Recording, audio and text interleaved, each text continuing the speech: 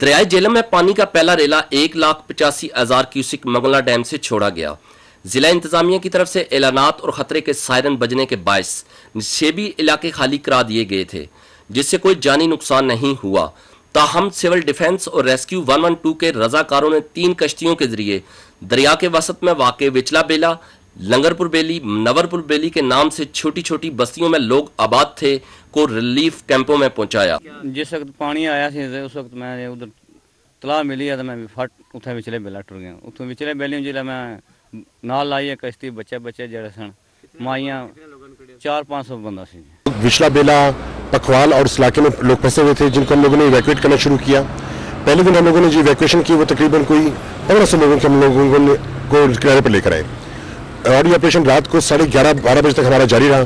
दूसरे दिन सुबह हम लोगों ने इस तरह 6:30 बजे ऑपरेशन दोबारा शुरू किया और इस ऑपरेशन में भी तकरीबन कोई 250-300 लोगों को हम लोगों ने उसमें इवैक्यूएट किया। झेलम में 2 रोज तक इजाफी पानी जारी रहा और बहाव 2,87,000 क्यूसेक तक पहुंच गया। इसी वजह से खड़ी फसलों को नुकसान पहुंचा, जिस पर मुतासरीन को क्लेम दाखिल करवाने को कहा गया है। सैलाब की वजह से हमारे तकरीबन 60 के करीब देहात जो हैं वो मुतासर हुए और तकरीबन 31,500 एकड़ रकबा जो था वो इसमें ज़ेर आब आया और जिसकी वजह से कुछ तकरीबन 350 के करीब फैमिलीज जो थी वो इफेक्ट हुई।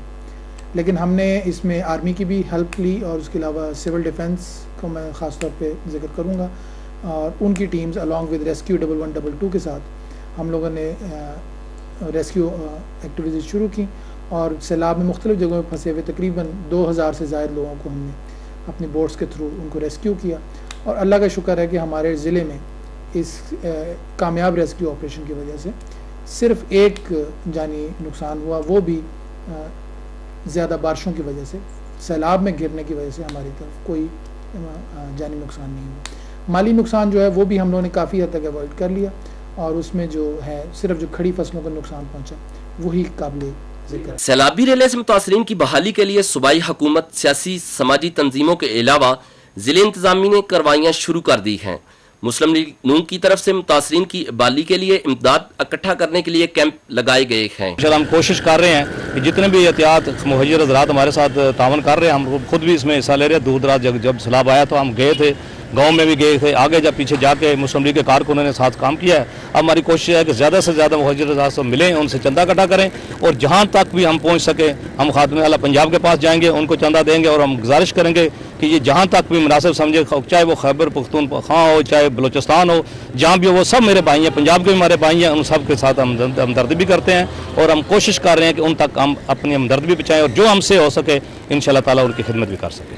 हमारे जो NCID के रज़ाकार हैं वो गए हैं और वहाँ से जाके उन्होंने जो लोगों को वापस लाने का अमल शुरू किया है। इस सिलसिले में 2 कश्तियाँ जो हैं वो सिविलियन की हम लोगों के पास थी, जिन पे हमने 1000 के करीब बंदा जो है वो परसों से यहाँ पे शिफ्ट किया है। उनमें कुछ लोग ऐसे थे जो थोड़े से टची थे और वो वापस वहाँ पे अपनी उसी ढोक में चले गए और उन्होंने ये कहा कि अगर हम यहाँ से चले जाएंगे तो लोग हमारा ढोल डंगर जो है वो चुरा लेंगे। जो लोगों को हौसला मिल रहा है वो गवर्नमेंट की तरफ से काफ़ी अप्रोचेबल चीज़ें मिली हैं, जिस तरह मेडिकल का सहूलतें हैं और वहाँ पे मिलिट्री एक्सरसाइज हो रही है और वहाँ पे जो लोगों की अपनी एफर्ट्स हैं, हमारे जो सोशल लोग हैं उनकी काफ़ी एफर्ट्स हैं और वहाँ पे जो तकरीबन मैंने 3-4 हज़ार लोग देखे, they are ready to fight for the water जी। और अल्हम्दुलिल्लाह के लोगों की ज़ाती एफर्ट जो है वो एक बीइंग ए गुड नेशन की तरफ इशारा है कि ये कौम में भी हौसला है और इस तरह की मुसीबतों का मुकाबला करने के लिए। बारिशों का नया सिलसिला भी शुरू हो गया है। अवाम को बड़े खतरे से आगाह करके बड़े नुकसान से बचाया जा सकता है। सैलाब की तबाहकारियों के बाद अब मुतासरीन की बहाली का अमल शुरू होने को है। मुतासरीन का कहना है माली इमदाद की फराहमी इन तक यकीनी बनाई जाए। राजा नोबार, एक्सप्रेस न्यूज़, झेलम।